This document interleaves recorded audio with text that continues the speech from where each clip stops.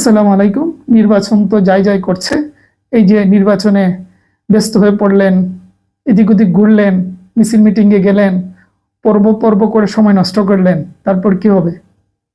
এখন কি হবে?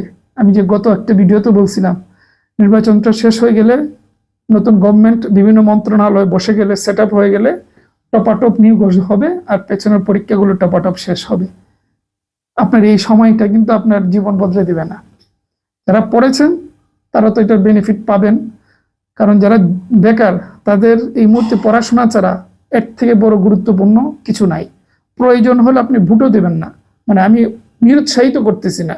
যদি এরকম হয় যে আপনার ভোট দিতে গেলে 2 দিন 3 দিন চলে যাবে, ধরুন কেউ কারো বাড়ি ধরুন এই পঞ্চগড়ে কোনো কারণে থাকেন, কিন্তু আপনি ভোট দিতে আসবেন সিলেটে অথবা কক্সবাজারে, যদি মনে করেন 2 দিন লাগবে, বাদ দিয়ে দেবেন। কারণ আপনার জীবনে একটা চাকরি পাওয়ার চেয়ে গুরুত্বপূর্ণ কিছু নেই। সুতরাং সময়টা নষ্ট করবেন না, পড়াশোনা করেন। ঠিক আছে? ভালো থাকবেন, সুস্থ থাকবেন।